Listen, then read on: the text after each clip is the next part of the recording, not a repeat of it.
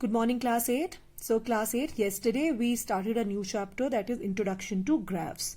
And I had told you about the different types of graphs and why are the graphs used, what is the use of graphs, and we had started this exercise 14.1.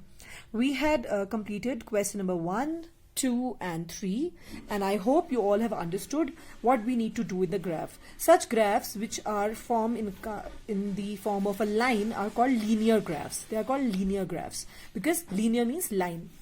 Okay, so now in this graph, if we see, I'm just giving you a recap. The following graph shows the temperature of a patient in a hospital recorded R. Okay, so what was the recorded hourly? Okay, every hour hourly. What's the patient's temperature at 1 PM? तो आप इसको देखकर, इस graph को देखकर बता सकते हैं, क्योंकि टाइम हमारा एक्स एक्सिस पर दिया हुआ है. ये ग्राफ में एक्स एक्सिस होती है और ये वाई एक्सिस होती है. सो नाउ एक्स एक्सिस पे हमें टाइम दिया हुआ है और वाई एक्सिस पे हमें टेम्परेचर दिया हुआ है. और आपको पता है बच्चे, हमने यहाँ पर ये एक एरो ऐसा क्यों लगाया है, बेंड.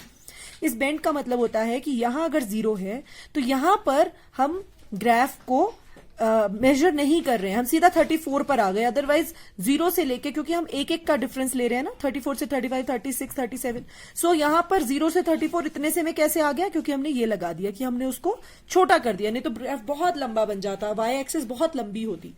सो अगर आप ऐसा बनाते हैं तो हम ऐसा लगाते हैं, अगर हम सीधा बनाते हैं तो नहीं लगाएंगे. अगर हम 0 के बाद 1, 2, 3, 4 लेते हैं या 0 के बाद 5, 10, 15 मतलब इक्वल मेजरमेंट्स लेते तो इन दैट केस हम नहीं लगाते हैं. नाउ ये जो हमने ग्राफ बनाया है, इसके क्वेश्चंस हम इसके बेस पर आंसर कर पाते हैं. ये आपने कर लिया है. Now moving on to question number 2. Question number 2 में इन्होंने बोला है, एक लाइन ग्राफ दिया हुआ है. The following line graph shows yearly sales figure for a manufacturing company. एक मैन्युफैक्चरिंग कंपनी की सेल्स फिगर दी हुई है इसमें. ठीक है, अब इसके अंदर इन्होंने ऐसा ही नहीं लगाया है. देखिए ध्यान से, ये वाला नहीं लगाया है क्योंकि यहां पर हमने 0 के बाद 2, 2 के बाद 4, so there is no gap.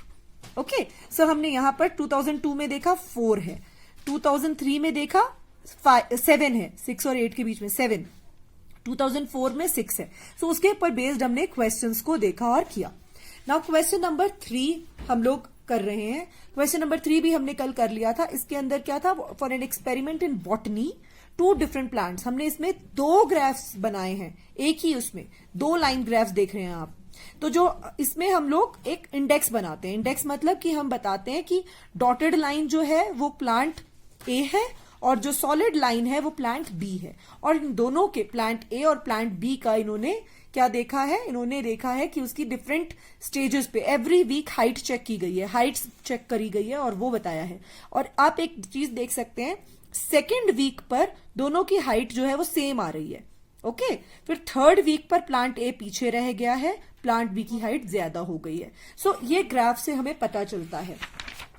Now इसके ऊपर बेस कुछ क्वेश्चंस थे जो आपने किए थे. Now moving to question number 4. In question number 4, the following graph shows the temperature forecast.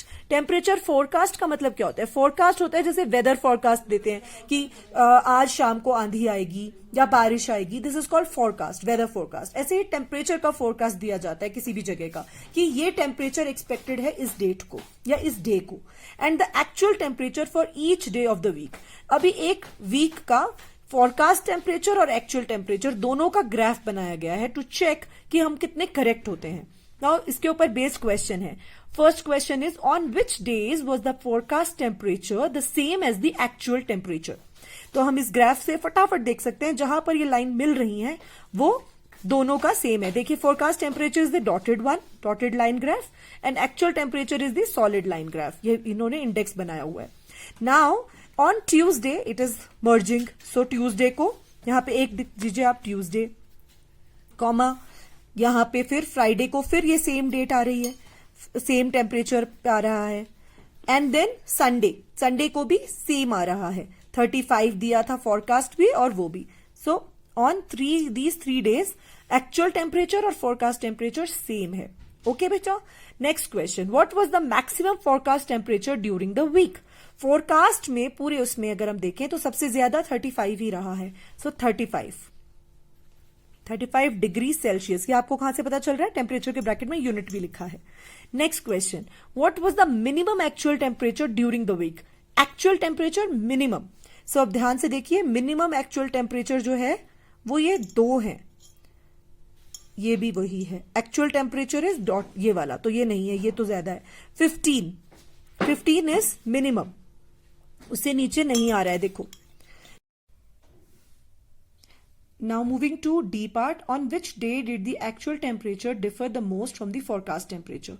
तो बेटा आपको पता है कि जो फोरकास्ट टेम्परेचर है वो है हमारा डॉटेड लाइन वाला, और एक्चुअल जो है वो हमारा है सॉलिड लाइन वाला। तो देखो इस वाले में मंडे को 5 डिफरेंस दिख रहा है आपको, 15 एंड 17.5, 2.5 डिफरेंस है। नेक्स्ट तो सेम ही है दोनों का। इस दिन कितना डिफरेंस है, देखो यहां पर है 25 और यहां पर है 30, सो यहां पे है 5 का डिफरेंस, 5 डिग्री सेल्सियस। नाउ यहां देखिए, यहां 15 है और यहां पर 22.5 है, तो 7.5 है डिफरेंस। यहां सेम है, यहां कितना डिफरेंस है, यहां पे 25 है और यहां पर 30 है, सो 5 अगेन। सो हमारा सबसे मैक्सिमम है 7.5 on Thursday. So how on which day, Thursday को है। Now children, question number 5, use the tables below to draw linear graphs. ये टेबल दिया हुआ है, a number of days a hill side city received snow in different years. ठीक है, तो इसमें आपको ये ईयर और डे ले लेना है। तो डे को हम ले लेंगे वाई एक्सिस पे और एक्स एक्सिस पे लेंगे हम ईयर को, 2003, 4, 5 एंड 6। तो इसमें हम यहां पर जब हम ग्राफ पे बनाएंगे, यहां पर ऐसे वो बनाएंगे कि जंप आ रहा है।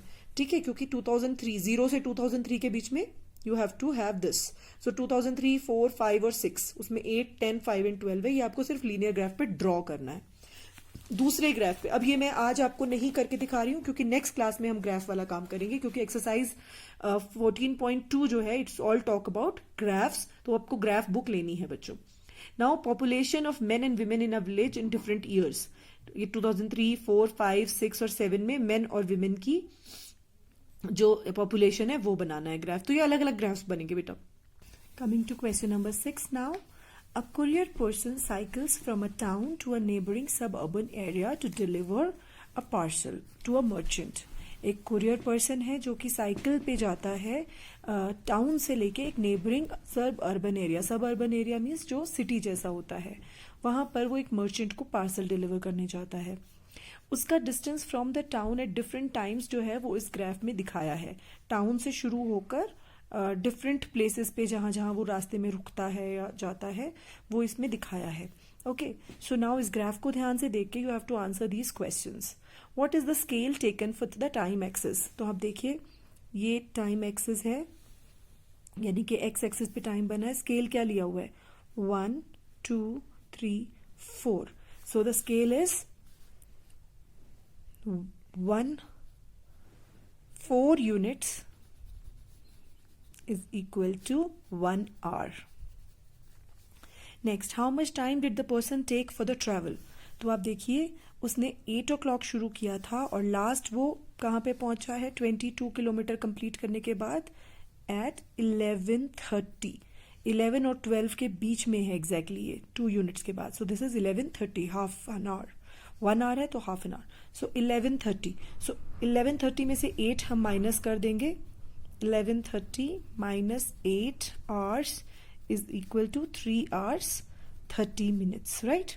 So 3 hours 30 minutes उसका टाइम लगा है उसे ट्रैवल का। How far is the place of the merchant from the town?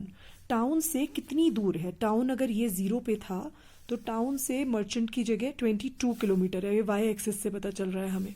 So it is 22 minus 0 यानी कि 22 kilometres. Did the person stop on his way, explain.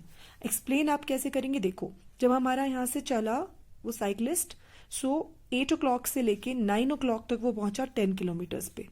9 o'clock 10 o'clock पे वो पहुंच गया 16 किलोमीटर पे।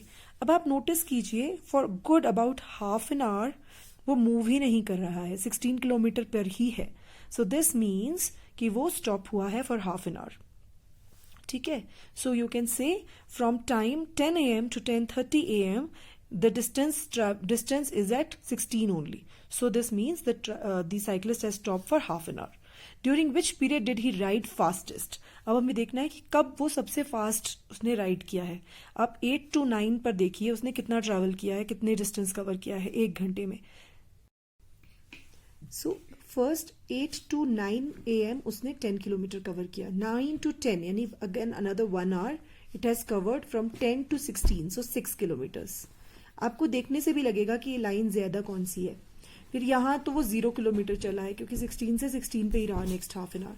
Not 10:30 to 11:30 again this is 1 hour duration, and इस 1 hour duration में वो 16 से 22 गया है, यानी कि अनदर 6 किलोमीटर्स।